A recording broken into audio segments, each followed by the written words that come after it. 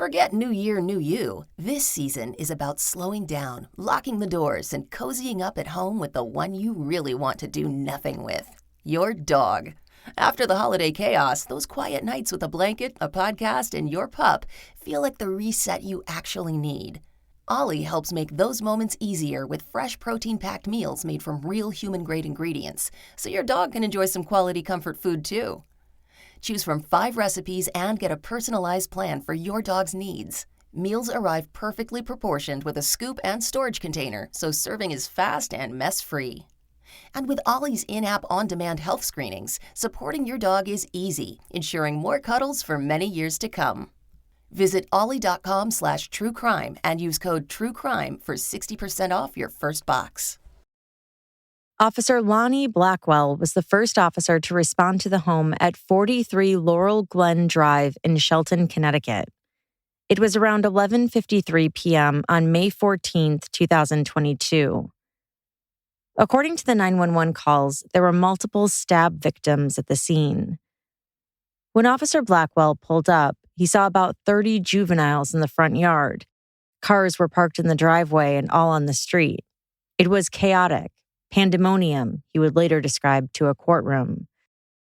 It was dark, but he could see pretty clearly, not only because of his own flashlight, but probably due to the lights from the kids' phones. Many of them were holding their phones up, the flashlights on them illuminated. As he approached the home, he was flagged down by a small group of girls. They pointed to an area where he could see 4 people lying in the grass. He exited his cruiser. Identified 2 victims. One victim had a wound to his arm. He was responsive. He was standing. He was talking. Another victim was sitting upright on the grass, and I witnessed what appeared to be a stab wound to his torso area. He was still responsive at the time. Then I moved on to the right side of the grass area, where then I identified another victim with multiple stab wounds to his leg.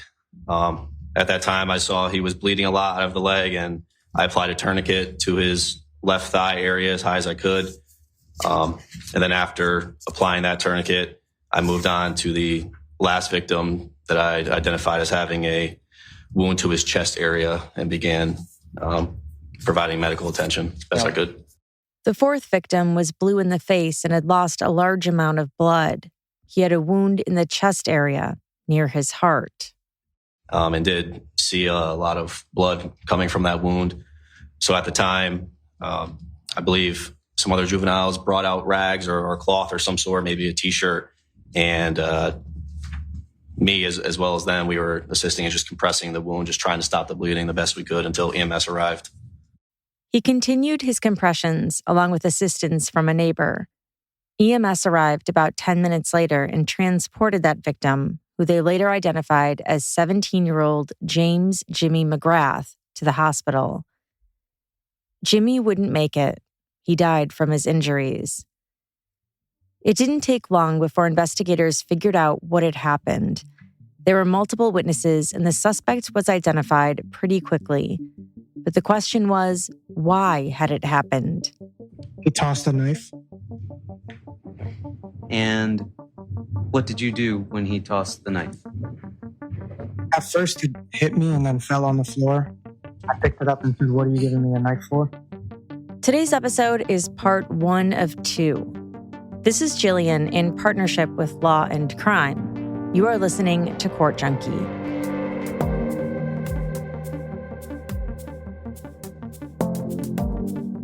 People are always commenting on the taste of the filtered water we have at our home.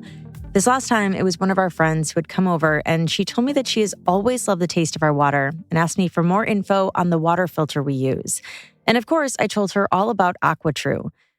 As you likely know, drinking water is important to staying hydrated and healthy. But if you're like me, you'd probably rather not drink tap water. After all, according to extensive research by the Environmental Working Group, 3 out of 4 homes in America have harmful contaminants in its tap water. And that's something I definitely want to avoid. That's why you've got to check out AquaTrue. AquaTrue purifiers use a 4-stage reverse osmosis purification process, and their countertop purifiers work with no installation or plumbing. It removes 15 times more contaminants than ordinary pitcher filters. And if you don't want the countertop version like the one we have, don't worry. They have water purifiers that fit every type of home, including higher capacity ones that go underneath your sink. They even have a Wi-Fi connected purifier and alkaline mineral options.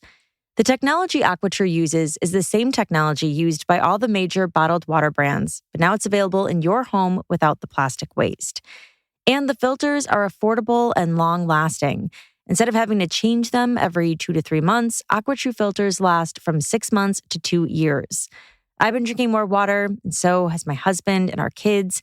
And with AquaTrue, I know that it's not just filtered, but purified. AquaTrue comes with a 30-day money-back guarantee and even makes a great gift. Today, Court Junkies receive 20% off any AquaTrue purifier.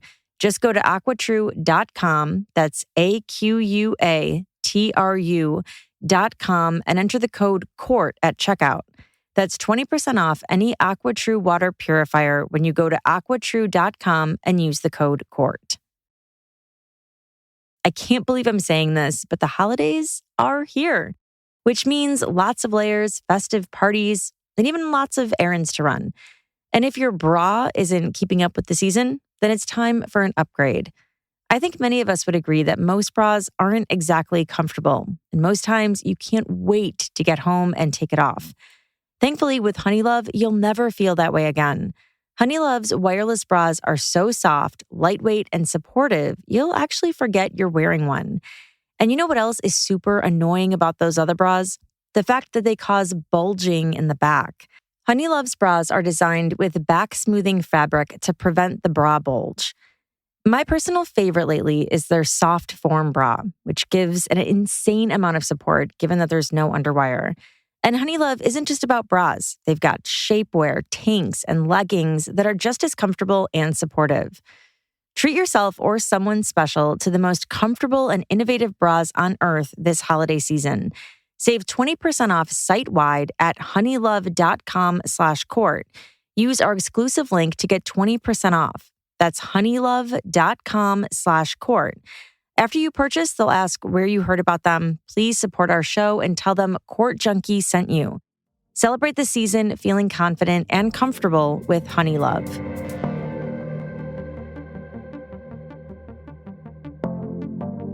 "17-year-old Jimmy McGrath died from a stab wound about 2.5 to 3.5 inches deep that punctured his heart.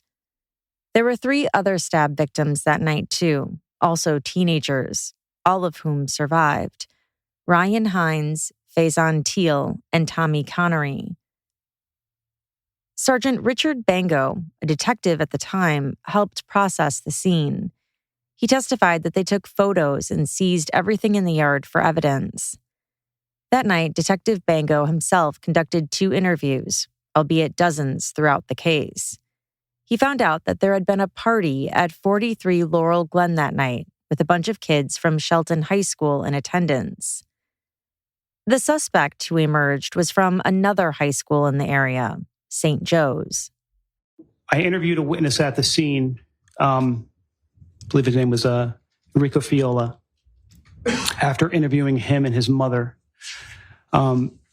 we ascertained that just prior to the incident, a Honda Pilot arrived on scene with a group of St. Joe's kids. Also, after the incident, they fled in that car. So we were able to get the occupants of that car. From that point, we went and interviewed Mackenzie Trefficante, who was also an occupant in the car. After members of the police department spoke with everybody else there, and I spoke with those 2 witnesses, we developed Raul Valle as a suspect. Raul Valle was 16 years old, a junior at St. Joe's High School. His friends and family all called him Lido, so you'll hear him being referred to throughout testimony as both Raul and Lido. Multiple witnesses at the party identified Lido Valle as the attacker. Investigators learned that it all started at another party earlier that night at 5 Lazy Brook Road. Griffin Marcinzik was a 16-year-old sophomore at Shelton High School at the time. He testified that around 6 p.m., he and his friend Ryan Hines were hanging out with some other friends, drinking some beer. He estimated he had about 2. Then he and Ryan got bored, and so he texted his friend Austin, who was throwing a party on Lazy Brook Road. Austin went to St. Joe's High School. Griffin's cousin came and picked him and Ryan up and then dropped them off at the party.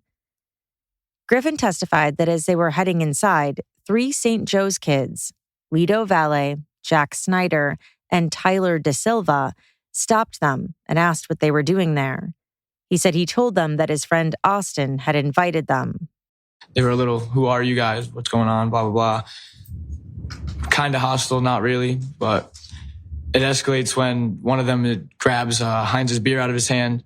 Who takes Heinz's beer? Jack Snyder. And when that happens, what's the reaction that, if anything, that Heinz has at that moment? He's pissed off that someone just grabbed his beer out of his hand. So we move outside afterwards. The two of them conclude that they'd fight for the beer back. They both put their hands up. They're about to begin fighting. And the first punch was thrown, but by Lido from the back, and it hit Heinz in this back side of the head. And then Heinz instantly takes Snyder to the ground. And this is like a 30-second thing that from start to finish. And once he gets to the ground, a girl they all knew was like trying to break it up. Lido had a motorcycle helmet on. He had taken it off and struck Heinz with it once or twice, hit him in the head. Here's how Ryan Heinz described the fight. Basically, it started with Snyder asking me for a beer because I had my 12-pack in my hands. And I actually said, "Yeah, sure, you can have a beer." And then the defendant asked me for a beer also. I said, "Yeah, sure, you can have a beer." I gave each of them a beer. And they were just like, they weren't okay with that. They started getting very argumentative with us, still wanting to know who we were, why we're there, and insisting that I give up my whole entire pack of beers for them. And what happened after they insisted that you give up your beers? Like I said, I gave each of them one beer. I was just like, is that all right? Like, can we just be cool about this? And for a second, it seemed like, yeah. They were like, "Yeah, sure. It's cool. It's fine." And we're like, "All right, cool. Like, can we get by?" And then all of a sudden I get my beer grabbed from out of my hands by Snyder. And then all of a sudden me and Griffin are getting pushed out, not on our own. And how were you getting pushed out? Literally got grabbed and just started being walked out by Snyder out of the garage into the driveway. And once you got out into the driveway, what was your reaction to how you were being treated? I was in shock. Like I wasn't trying to be an aggressor in any sort of way. I just had given them a beer, trying to be cool, make some friends, whatever. But they were very just like, "Fuck you, blah, blah, blah. Who are you?" All this, that, and another thing. And at some point in time, did you get angry with him? Yes, I did. I got upset with Snyder, and I simply said to him, "Listen, like, that's not how this is going to happen." And I told him, like, "I'll fight you for my beer right now." And so when you told him you would fight for your beer, what did you do at that point? He said, "Okay, sure." I don't know where or who had my beer at that point in time. And I kind of just put my hands up, getting ready to fight him. He said Lido had a motorcycle helmet on and a neck pillow.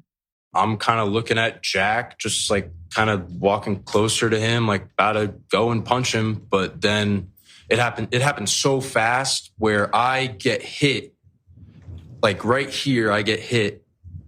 And I'm thinking it's Jack that hit me. Like, it happened so fast, but then I'm like, whoa, like he's far away. But it just instincts took over, and I just went and tackled Snyder to the ground. Do you know who you were fighting with at that moment? I was just trying to fight Snyder. And do you know if anybody else was fighting with you? I felt a lot of blows to the back of my head multiple times, over and over, repeated, getting like what felt like being punched in the back of my head many times while I was just on top of Snyder. And then all of a sudden I'm getting ripped off by my neck, and that was about it. Austin's mom came out yelling, and the fight ended. Ryan and Griffin left. Griffin testified that not too long after that, a group chat started. We were in a basketball group chat. What does that mean, basketball group chat? It means that prior to this incident, it was an existing group chat. There was 2 other St. Joe's kids in it that we hung out with. And we would go play basketball, pickup games, kid stuff. And once this had happened, a few people were added into the group chat, and then it became very argumentative, going back and forth because of the fight. And it was just boys talking crap to each other, beefing. We were hot. Our boy had been jumped by 3 kids. So we were acting out of emotions, being like boys, just like, talking shit back and forth. Griffin and Ryan went to their friend Tyler Rich's house at 43 Laurel Glen. The group chat continued. Griffin said there were about 30 or 40 kids at Tyler's house at that point. He testified that they were listening to music. Some were drinking. The group chat was still going on, and he said he told the St. Joe's kids to pull up. He testified that he said the street name. A little bit later, someone pointed out that there was a car outside. He said they all collectively headed out and saw a car down the street that was stopped. He said there were at least 20 of them in his group. They went over to the car and saw the St. Joe's kids from earlier: Jack Snyder, who was driving, Lido Valle, and Tyler Da Silva. Can you please describe to the ladies and gentlemen of the jury what happened when your Shelton friends went out to the car? They start talking, start going back and forth. We're saying stuff to them. They're saying stuff to us. Was it a civil discussion? Was it argumentative? Argumentative. Okay. How long would you say the interaction went on between your friends and the St. Joe's group? A few minutes. Okay. And at some point in time, did something happen between your group of friends and the Snyder vehicle group of friends?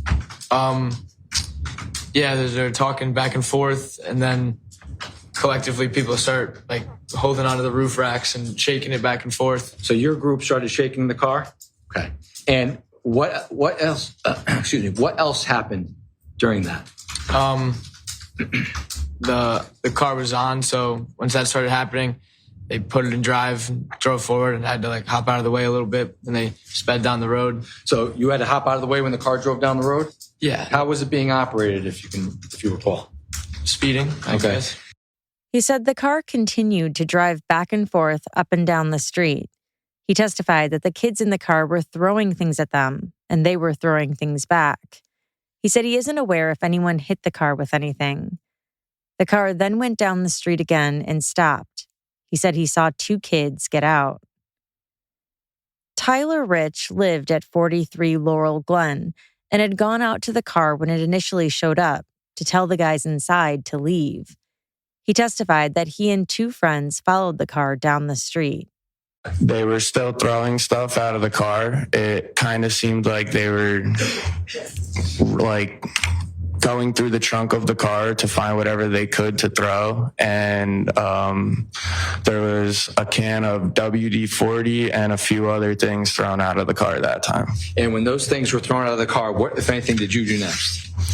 I actually picked up the can of WD-40 and noticed that as the car went down the street, it kind of stopped right here on the corner of Laurel Glen and Farmhouse Lane. And when you picked up the can of WD-40 and noticed the car stopped down the street near the corner of Farmhouse Lane and Laurel Glen, what did you do?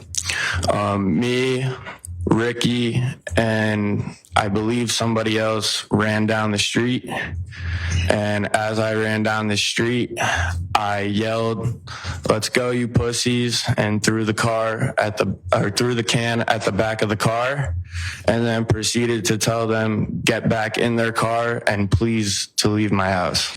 Tyler Rich testified that as he started to walk back towards his house, one of the kids from the car picked up the can of WD-40 and threw it at him again. I picked the can up and continued to walk towards the house, which is when the defendant came off the side of the bushes and was approaching me, and I told him to get the F out of here, and then I proceeded to tell him not to come near me, and instead of saying anything, he kept approaching me, so I used the can of WD-40 to distance myself and kind of just started spraying it in his direction, which stopped him in his tracks. And then I didn't engage anything else with him. I continued walking back to the house and telling everybody else that they needed to go back inside. Everyone started to make their way back inside the house. A few minutes later, someone started yelling that they were back and were in the front yard. When Tyler got back outside, sure enough, Tyler De Silva and Lito Valle were standing there. I approached Tyler De Silva because I knew who he was, and I've known his cousins for a long time. And basically was telling him, not in a nice manner, but that he needed to get the F off my property and get back in the car and leave. And that is when he decided to continue to argue with me. And I said right to him, dude, I have known your family and your cousins for a very long time.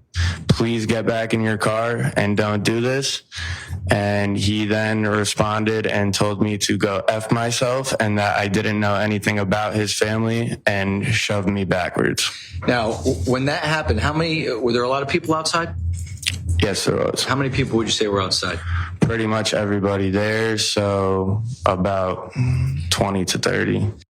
He said after Tyler De Silva shoved him backwards, he could see his friend Ty Wood arguing with Lito. He was only a few feet away, and this is when I saw Ty Wood had his head turned, and Lito went to swing on him, so I stepped up into it and punched him in the face instead. He said he punched Lito to defend Ty Wood, who was like a little brother to him. Once you punched the defendant in the face, what happened next? I immediately was getting punched in the back of the head by Tyler De Silva. So I turned around and me and him kind of ended up in like a scuffle, and it went to the ground where he actually ended up on top of me. When he ended up on top of you, what, if anything, was happening? What were you doing? When we first got down on the ground, he was throwing shots at me still. So I kind of tied him up and like held his arms so that he couldn't swing at me. And that was kind of the only thing I saw from there on out. Faison Teal testified that he was involved in the fight too. Did you participate in the fight? Yes, I did. What did you do during the fight? I was throwing some kicks. Okay, what kind of kicks? Like stomps. Were they hard? Were they soft? What kind? They weren't too hard. Okay. Why did you do that? Why did I do that? Because these individuals that came on the Tyler Rich's property uninvited, trying to cause an issue. He said his interaction lasted about 20 seconds, if that. He then tried to break up the fight. After I stopped fighting, at first I see Tommy Conry on the ground, like with his legs. It's like he couldn't move. Why couldn't he move? He was stabbed. And what did you observe about Tommy? Like he was laying on the grass, like he couldn't move at all, and there was just blood coming from his legs. And then I looked over to the right of him, and I seen Jimmy, like, just sitting there bleeding out. And Sal and Jacob were, like, trying to help him. And then after that, someone came up to me with a flashlight, and it was like, face on your arm. And all I saw was, like, a big piece of fat, like, hanging out of my arm. And just blood, like, bleeding down the side of me. You don't recall being stabbed. Why don't you recall being stabbed? There was so much like adrenaline flowing through my body, and I didn't even have the idea that there was a knife or anything, because I was just like turned around kind of. I didn't really see anything happen at that point, like after breaking up the fight. Tommy Connery also described the fight in court.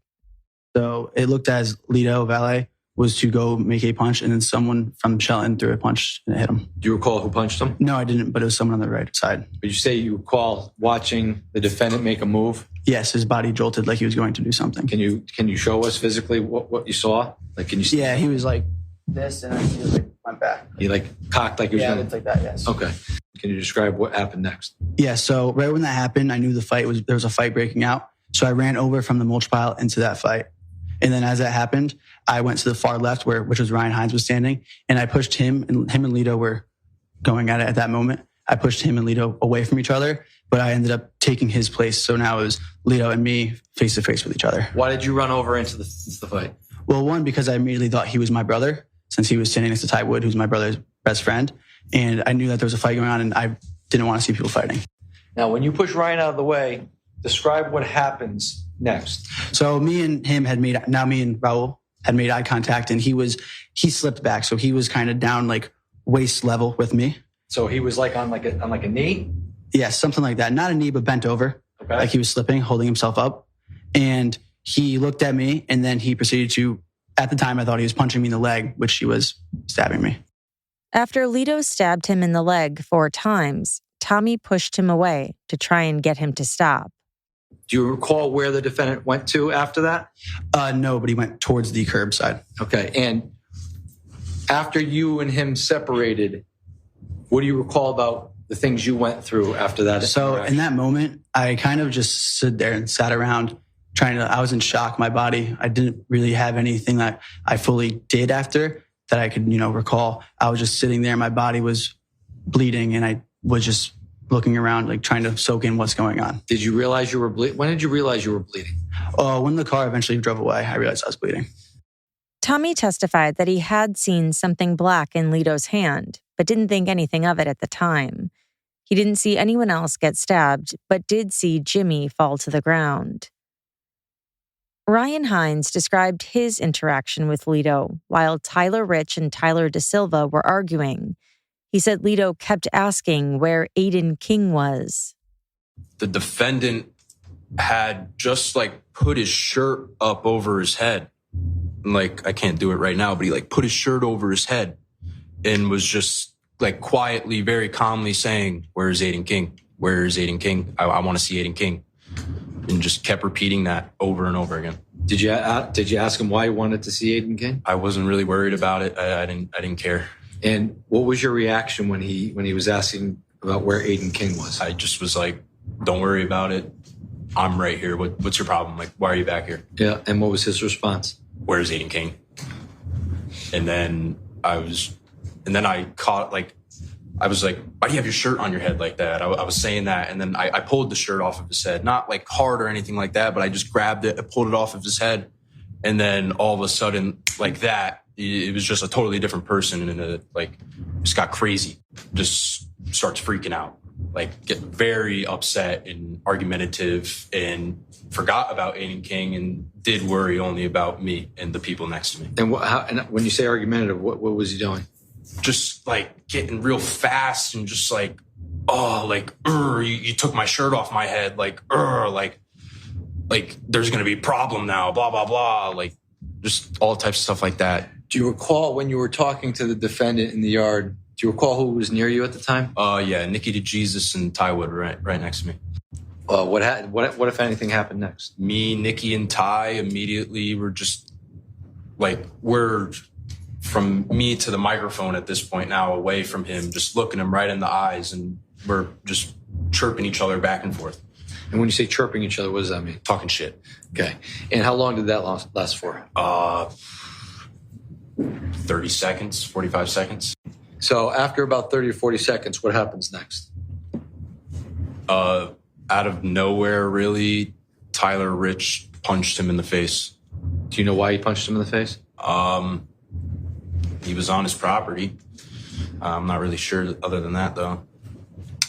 But how did you see Tyler Rich punch him in the face? I just saw his fist and just hit him in the face. Come over across. So where was Tyler? I don't know where Tyler was. I just literally I was looking the defendant right in his eyes, right in his face. That's all I was looking at. I was locked in on that, and Tyler Rich's fist just punches him. How do you know it was Tyler's fist? I figured that out after the fact. So you didn't know it at the time? No, at the time. But it was one of your friends that punched the defendant in the face? Yes. And when that happened, what happened after that? I kind of, it's just, it's like weird from there. Like I just kind of go at the defendant and I punch him in the face like 2 times. And when you did that, did the defendant engage you?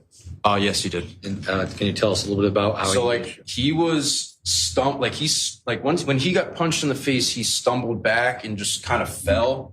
And then that's where like I kind of like got over him and I punched him in the face. And then all of a sudden I just feel like a weird sharp pain in my side. And I just kind of went like this and I went like this and I looked down to this and I see him with his fist clenched up like this and kind of like his shoulder and like bicep area right here were like held back by something, but he was going like this.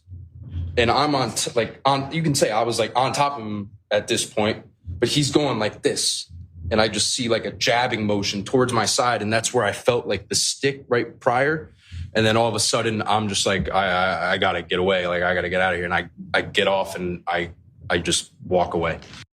Ryan had been stabbed 3 times. He said he was dazed and it was a blur. He thought he was going to die. He was asked if he or any of his friends had any weapons on them that night, and he said no. Griffin testified that people started yelling and screaming, and then he saw his friend Jimmy. I had seen Jimmy, and he had these white shorts on. They were stained completely red, and I looked away, and a bunch of people flooded to him to help him. He said he saw Jimmy fall to the ground. Then he noticed his friend Tommy Connery, who had also been stabbed multiple times. Griffin testified that he took his hoodie off and gave it to him. After investigators conducted all of their interviews, they were able to secure an arrest warrant. Lido Valle was charged with murder and 3 counts of assault for the attacks on Jimmy McGrath, Ryan Hines, Tommy Connery, and Faison Teal. Months later, in November 2022, investigators received information from Lido's friends who were with him that night, Jack Snyder and Tyler Da Silva. Investigators then attempted to search for the knife that Lido had used. According to court testimony, they went to a cul-de-sac on Adams Drive, where there's a wood line and a stream, but they were unable to find it. As of Lido Valle's trial in July 2025, the knife had never been found.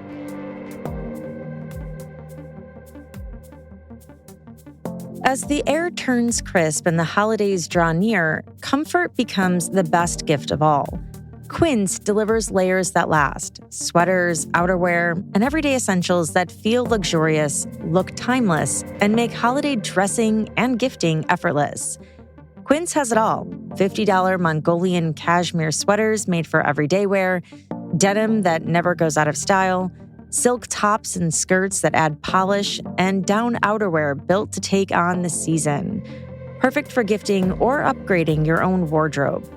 Right now, I'm eyeing Quince Italian wool coats.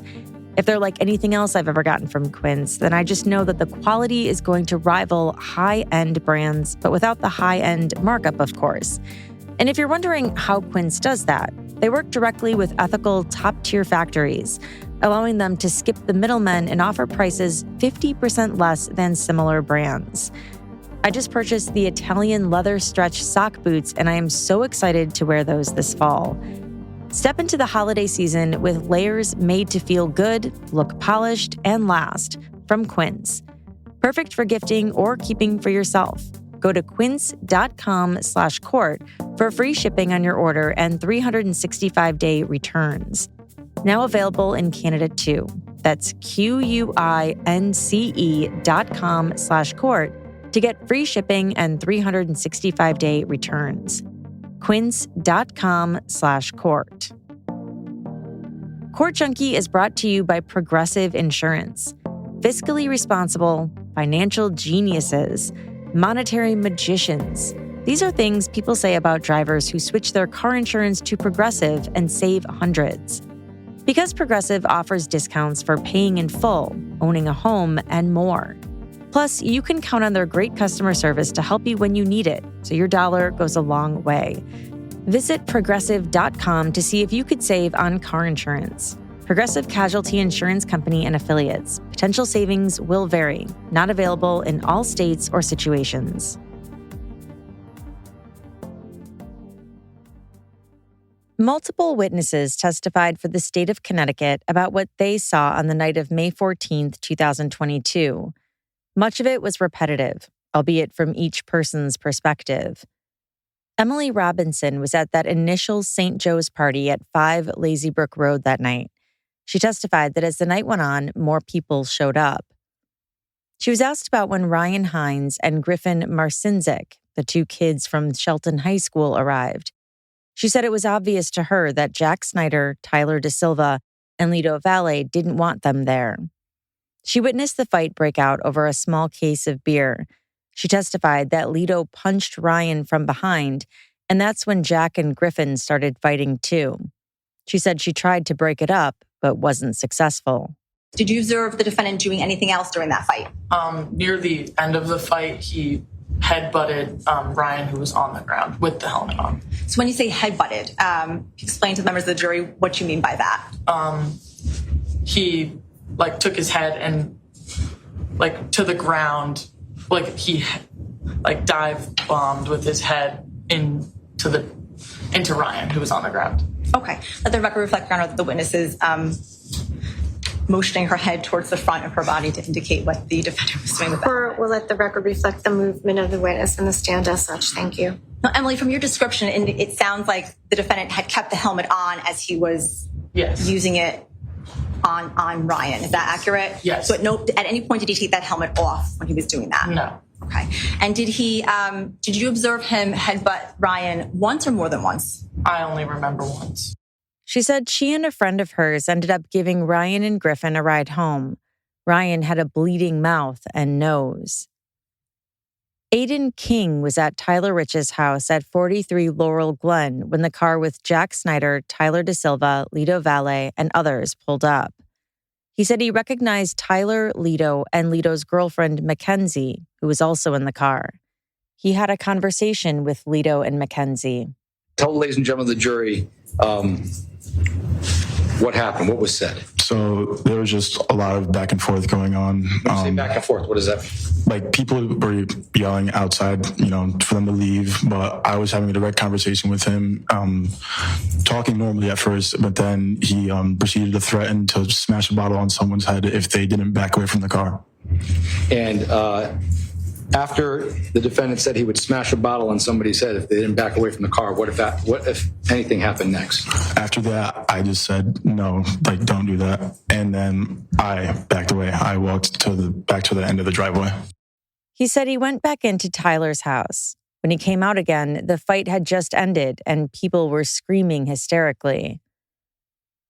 Ricky Fiola testified that he was one of the guys who was outside 43 Laurel Glen as the car was driving up and down the street. He walked down the road to the car as it was stopped and saw some kids get out. He testified that he found out that Lito had just been sprayed with WD-40 by Tyler Rich, and he went to go talk to Lito. I decided to approach the defendant. I didn't see him sprayed. It was just moments after I had found out he was. And I approached him with intent to almost take his side so that he would listen to me, at least. And I had said, hey, man, look, I don't think it was right that he sprayed you. But listen, there's a lot of people back at his house. I'm not trying to fight. I don't think anyone here really is trying to fight. I think you guys should just leave. There's not a lot of you guys. And, while I was saying this to him, he was holding a knife in his left hand. His girlfriend, Mackenzie Traficante, was sitting down on the curb to his left, to my right. When I was speaking face to face with him, I didn't notice it right away, but I glanced down and saw him holding a blade in his hand. So I, quickly just finished up what I had to say. Didn't seem like he was too interested to begin with. And he just kind of dismissed me, and I just walked away, and that was that. I actually walked away and conversed with Charlie Connery right after, and let him know that I had just saw Lito with a knife. And how would you describe the knife? I didn't see any type of handle, but I guess using my hand, it was just like a 3-inch blade coming down from where his hand was closed. There were more people inside Jack Snyder's car that night than just Jack, Lito, and Tyler De Silva. Keenan Frazek testified that he was at the first party on Lazy Brook with Jack, Lito, and Tyler. He didn't witness the altercation when Griffin and Ryan showed up, but he did hear some shouting. He said shortly after that, the party broke up. He got into Jack's car with some other friends.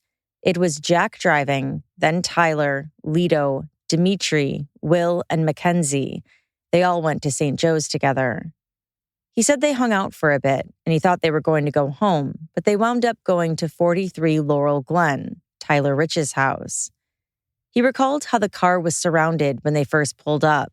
People were yelling at each other, and there was banging on the car. He said it was scary, and so Jack started driving down the road and then stopped. He said he got out of the car. Nothing good was happening there. He felt like they had walked into a trap, and he wanted to escape. Will, Mackenzie, and Dimitri got out too, and they sat on a curb. When you do that, is there an interaction between Tyler, Jack, and the defendant? Yes. Can you please explain what that interaction is like? So the interaction was, first of all, it was agitated. The scene was tense. Lito was searching for a weapon in the car. He said, "Jack, where is your knife? Where the F is your knife?" And he was looking around in the glove box and the center console and did not find anything. I'm sorry? I did not see a knife. How was the defendant reacting prior to looking for the knife? He was on edge. Why was he on edge? Because he was upset from what happened to Jack's car. And what kind of things was he saying to make you feel like he was upset? How was he acting? Just going pretty insane. I'd say he was using vulgar language, cussing. Jack, look what the F they did to your car. And after he said, "Look what the F that they did to your car," that's when he asked Jack, "Where's the knife?" Yes. And you indicated that you did not see a knife? I did not. Do you know whether or not the defendant ended up finding a knife? After the fact. Right, but at the moment... I assume he found a knife, but in the moment, did not see a knife and believed for the rest of the night that he never found a knife because I never saw one. He said he doesn't remember exactly what was said, but that Lito wanted to go back by the house. Jack was driving, and Lito and Tyler got back in the car. Keenan remained there on the curb with the others. When the car goes down the street, how long would you say the car was down the street for before it returned? No more than 5 minutes. And when it was down the street, what, if anything, did you hear when it was down the street? So it went down the street, and the four of us were talking amongst ourselves, trying to really figure out what was going on and how we ended up in the situation. And they drove down, and you can kind of hear the tires screech a little bit. And so you know the car is stopping. And you can't see it, but you can hear it. A very high-pitched scream. And after about 5 minutes of the yelling and then high-pitched screaming, did you witness the car return? Yes. And when the car returned, were you able to witness what Tyler DeSilva looked like? Yes. And what did he look like? He was bleeding a lot, bruised everywhere. I asked him a simple question, and I didn't really get an answer, so he was just about unconscious. And were you able to witness what the defendant looked like? Yes. And how did the defendant appear to you? Shocked. He had like a shocked look on his face. Didn't look as battered as Tyler DeSilva was, nowhere near. But I wasn't inspecting him. Jack and Tyler took off in Jack's car, and Keenan and the others arranged for another ride home with Mackenzie's sister, who came to pick them up. It was him, Will, Mackenzie, and Dimitri who initially got in the car. He said he shut the door, and then Lito got in. On the ride from there to his house, it took about 8 minutes. He said Lito didn't say anything. He was asked if it looked like Lito had gotten into a fight. You can assume so. But you didn't see, it didn't appear so? No. Dimitri Arfanis was one of the other occupants of the car. He described what happened after the car pulled away from 43 Laurel Glen and stopped down the street. So we all get out the car. We look and see that there was some dents and stuff and scratches from how they were hitting it and throwing stuff. And then the defendant asked for a knife. So tell me about that. When did that happen in relation to looking at the car? That, like, right when he saw the car. And how was the defendant reacting when he was inspecting the car? Pretty upset. How upset? Describe it to me. He was yelling. What was he yelling? I don't remember the exact words. Was he cursing? I don't remember. Did he act like he was peaceful? No. Did he act more upset than Jack and Tyler? Yes, in the moment. Did the defendant say anything with regards to wanting to go back and talk to those kids? Yeah. What did he say? I don't remember the exact words, but it was like, let's go back.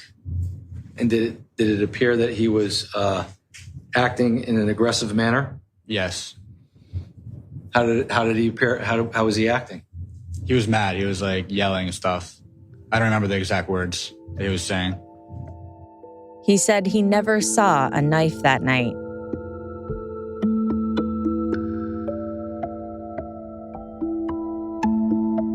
When Jack Snyder testified, he told the jury that he has an agreement with prosecutors that says he has to testify truthfully in order to avoid prosecution. He described for the jury the altercation he got into in the beginning of the night with Griffin and Ryan at 5 Lazy Brook Road. He was asked about his participation in the group chat that followed. So did you engage anybody in that group chat? I might have sent a couple texts back. Such as what? Along the lines of that we were going to fight them, or they wanted to fight us, so I was going to come, or something along the lines of that. So you were willing to go meet them to fight? After they arrived at Laurel Glen and the Shelton kids surrounded and banged on his car, he drove down the street and they got out to inspect the damage. He said there was a defect in the lower part of the windshield. He said he was distraught and upset that his car was messed up. So was Lito. What, if anything, happened during this inspection of your car? He came back around and asked for the knife. And when you say the knife, what do you mean? I carried a pocket knife in the bottom of my center console, and it's always been there from when I got the car initially. Why was it there? Just any really reason I would need a knife, it was there, to cut anything. Whatever, just at the bottom of my center console. A bunch of random items were along with it, but I knew it was there. And when they initially surrounded my car, I had taken it out and put it on my waist. So you're talking about down in front of 43 Laurel Glen when your car started to get... When they were rocking the car. You took the knife out and put it on your waist? Put it on my waist. And when you put it on your waist, did you open it up? No. Did you show it to anybody? And when you did that, why did you do that? Just because I didn't expect so many people there, and after seeing what they were doing in my car and how they were talking, I just felt like it was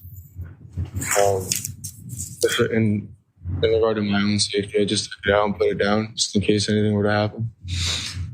Now, after you left that initial interaction where you say you took the knife out and you put it on your lap and you went down the street, could you have just left the area and not gone back?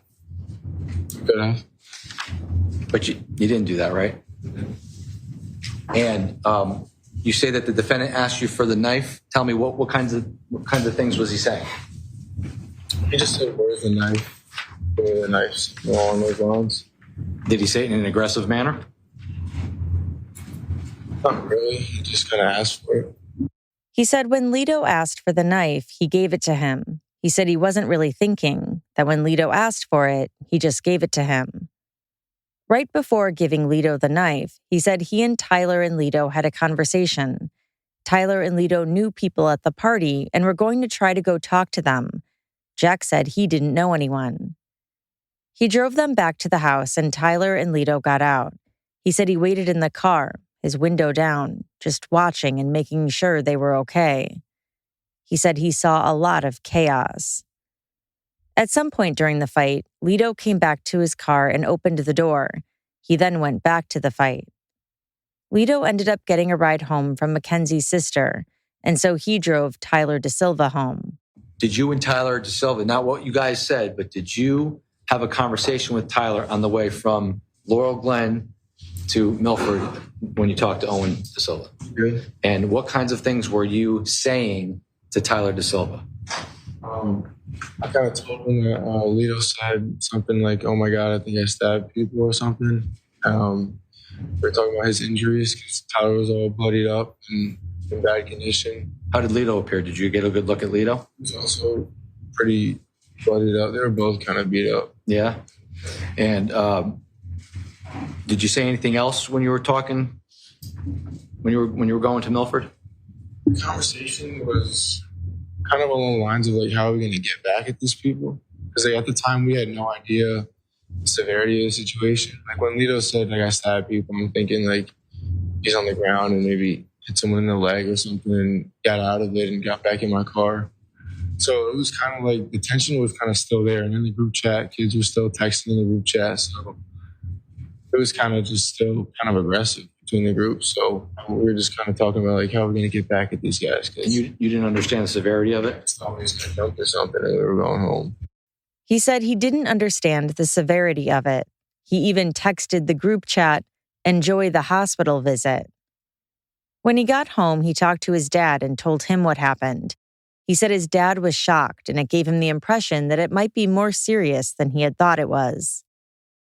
He was contacted by police the next morning. His dad told them that they had hired an attorney. He eventually gave the police information pertaining to the case, including where he said the knife was discarded, although it was never found. Mackenzie Trefficante was dating Lito in May 2022. She told the jury they had been dating for about 3 months. She was a senior and took Lito, who was a junior, to her prom the night before the incident. The next day, she and Lito went to the beach. Later, Jack Snyder and Tyler De Silva picked them up to go to her friend Madigan's house on Lazy Brook Road. While there, she didn't see Lito much at all. He was with some of the other football guys and close friends of his. She said he was drinking mixed vodka drinks. She estimated that she took a couple shots of vodka but wasn't too intoxicated. She didn't see when the guys from Shelton came, but she heard about it after they had left. Eventually, Madigan's mom told people that they had to leave, and so they left. Mackenzie said she was under the impression that Jack Snyder was going to bring her home, but instead, they went to Trumbull High School to continue the party. They were just going to park their cars in the parking lot. They were there for about 25 minutes. When they left, she said she again believed she was going to go home. She was aware of a group chat that was going on, but didn't know who it was with or what was being said. Instead of going home, the car started going in another direction, and she was told that they were going to Tyler Rich's house on Laurel Glen Drive. What was the atmosphere and the vibe in the car at this point? Once the texting chain had developed and you indicated that you were made aware of it, describe what the vibe was in the car. I definitely could tell that the vibe had changed. I was close to being home, and then it seemed like in an instant, the boys were set on going to Tyler Rich's house. Do you recall hearing anything from Lito at that point regarding going to Tyler Rich's house or going to fight anyone, anything to that effect? I don't remember him saying anything, but I had objected multiple times to us going, and he didn't stand up for me or say anything in that regard. I didn't want to go to Tyler Rich's house. Why didn't you want to go to Tyler Rich's house, Mackenzie? Because I grew up in Shelton, and a bunch of people who I was friends with, I knew would probably be at that party. So it seemed as if there was some type of confrontation going on between them, and I knew I didn't want to be a part of it. She was asked who wanted to go to Tyler Rich's house the most, and she said it seemed like Jack and Tyler. She remembered pleading with Jack and telling him that she just wanted to go home, and it seemed like he was adamant about going. She said she texted her sister and asked her to pick her up from Tyler's house. She said she knew she didn't want to be there or anywhere near there. When they pulled up, she saw 1 or 2 people approach the car. She recognized a guy named Faison and they said hi. She said it seemed like someone approached the driver's side window and there was some kind of confrontation there, arguing back and forth. She didn't recall seeing anyone throwing anything, but did recall hearing banging against the car. A couple minutes passed and they drove down the street. She said she was angry and wanted to get out, and so Jack stopped the car. She got out and sat on the curb. A few of the other kids in the car got out too. She called and texted her sister Madison and asked for her ETA in picking her up. At some point, either simultaneously to when you were getting out of the vehicle or prior to, did you hear anything about a knife being talked about? I don't remember in the car. I don't think that was the case. I remember at one point, maybe when I was getting out and leaving the area, I heard someone say something about a knife. Do you know who that was? I'm not sure. And did it alarm you when you heard this information about a knife? I didn't really even, I overlooked it completely. I just didn't think anything of it. I didn't think anything would have happened with a knife. She said she offered all of the boys a ride home. 3 of them, Keenan, Dimitri, and Will, accepted the ride and sat down with her. Jack, Tyler, and Lito were adamant that they wanted to go back to the house. When you say adamant, how were they acting? They seemed like they were getting hyped up a little bit. I felt like I was begging at one point for them to just not go back down there. My sister's going to be here in 2 minutes. Please come back with me. Why were you begging them? I could tell that there was 50 guys that are about to, they're having confrontation. It was scary. It was not a good scene. And I knew that nothing good could come out of it. So I was just kind of begging them to, leave the area. Let's go back home. Let me drop you guys off. The boys went back to the house and she and the others sat on the curb for a bit. Her sister came to pick them up, and after they got in the car, Lito came up to her passenger side window and asked her sister if she could give him a ride home too. He quickly got into the back seat behind her. She said it was loud in the car with the music playing. She was in a bad mood and didn't say anything. They dropped Keenan and Dimitri off in Trumbull and then went to Milford, where Lito lived. It was silent, about a 15-minute drive. When they got to Lito's house, Lito asked her if she would step outside with him. She said no, she didn't want to talk to him. She said Lito left and she and her sister drove away. On my way back home to my house, I got a text message from a group chat with girls that I went to high school with. Now, without telling us what they said, just tell us the vibe of what it was. It seems like someone had heard that there was a fight. So there was maybe rumors going around. Someone said, there was talk about a stabbing, that someone had been stabbed. Were these friends of yours that were local, or were these friends of yours that were in upstate New York at the prom house, as you indicated earlier in your testimony? They were at the prom house. So these were girls that were in upstate New York that had heard about what had happened at 43 Laurel Glen. Yes. And did you receive any other messages from anyone else? So initially, after that message, we had a little group FaceTime call. And I guess everybody was just confused. We didn't know what was going on. We didn't believe that anything had happened. We were like, there's no way that something like that could have happened. So I even was like, I just dropped him off. I don't believe that could have happened. What then started to make me nervous was I received a Snapchat from Rosie McGrath and Pete and Keeman. And when I went to go look to see what they had said, it seemed like there was some foul language, and that definitely made me, I was nervous. I didn't know what was going on, and I was confused why they were reaching out to me. Did you respond to that Snapchat message? No, I didn't open them. Now, in addition to dropping Lito off, in the car ride home from Lito's house, so after you dropped Lito off, in the car ride home to Lito's house, did you engage in any text message conversations with him? So when I received that phone call from my friends, as well as from Rosie and her friend, I immediately texted Lito and I asked him what was going on. And why did you ask him that? Because in the messages from my friends, they indicated that there was a rumor going around that he had been in a fight and that he had stabbed someone. And people were throwing around names to see like who had maybe been involved. She was shown text messages between her and Lito.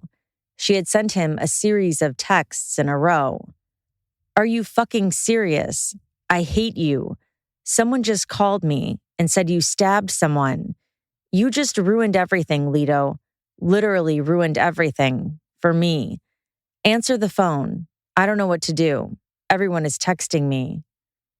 Lito responded, I didn't do anything. I wasn't there. Stop texting anyone. Stop answering. Mackenzie then wrote, Lito, everyone knows who you are. Everyone knows you're my boyfriend. Lito wrote, I know. Mackenzie responded, Lito, everyone is texting me. Lito again wrote, stop answering. Then, what happened? Don't talk to me, Mackenzie wrote. Okay, Lito responded, stop answering anyone. You fucked up, Lito, Mackenzie wrote. How? I wasn't there, he responded. If my parents find out, Mackenzie wrote him, then stop saying that. Okay, Lito wrote, stop texting. Please, Kenz. I'm not texting anyone, she said. Don't text me, Lito then wrote, going to Florida. They're texting me, Mackenzie wrote. Then, when? Lito, I need you to answer me, please. What, Kenz? He wrote. I'm so scared. What's going on? Mackenzie wrote. I'm shaking. Can you please tell me? I won't tell anyone, I swear. I can't text anything, Lito said. I'm so scared, Mackenzie wrote again. I wasn't there, Lito reassured her. What's happening? Mackenzie wrote. You know I wasn't there, he wrote again. I'm so scared, Lito. What's happening? Please answer me. Nothing is happening, he responded. Mackenzie asked him to call her when she gets home. Lito said yes. Then Mackenzie wrote, Lito, his sister just texted me. I'm so scared. I don't want to look. Lito asked, what did she say? Mackenzie said, I don't know. I'm so scared. Lito again said, don't answer anyone. After this text message conversation with Lito, did you have any other communication with him? As I was still in the car, I called him. He answered, and for about less than 2 minutes, I continued to ask him what was going on. I'm hearing all these things. What's happening? What's going on? What was his response? He said, I wasn't there. I didn't do anything. What are you talking about? So he kept denying that he was there, kept denying that he did anything. Yes. And this phone call was before or after you arrived at your house? It might have been, I was still sitting in the car in the driveway. And for how long did it last for? It was under 2 minutes, and I remember hearing voices in the background. You were hearing voices in the background. Did you recognize those voices? No. Mackenzie, when was the last time you saw Lito prior to today? That night. Now, after the text messages with Lito and also the brief conversation you had, did you realize at that point the severity of what occurred at 43 Laurel Glen? I was in shock, but I also didn't fully believe that something bad had happened. I now at this point was thinking to myself, there must have been a fight between boys, like a fist fight. And maybe a bunch of kids got kind of beat up or black eyes and stuff. I didn't even think that anything else could have happened. Mackenzie was shown a picture of Jimmy McGrath. She said she grew up with him. He was her friend's brother. She told the jury that she went to bed that night, and sometime during the night, the police came to her door and wanted to question her. She remembered her mom and dad opening the door for them, and her mom screaming. And then at this point, I was like, what's going on? Something seriously bad must have happened. Still, I didn't know the extent to what had happened. So they sat down. They just asked me about my day, like you're doing, about my night. And when they had left, my parents had told me that Timmy had passed. And what was your reaction, Mackenzie? That was the worst news, the worst night of my life. I fell to the floor. My entire family fell to the floor.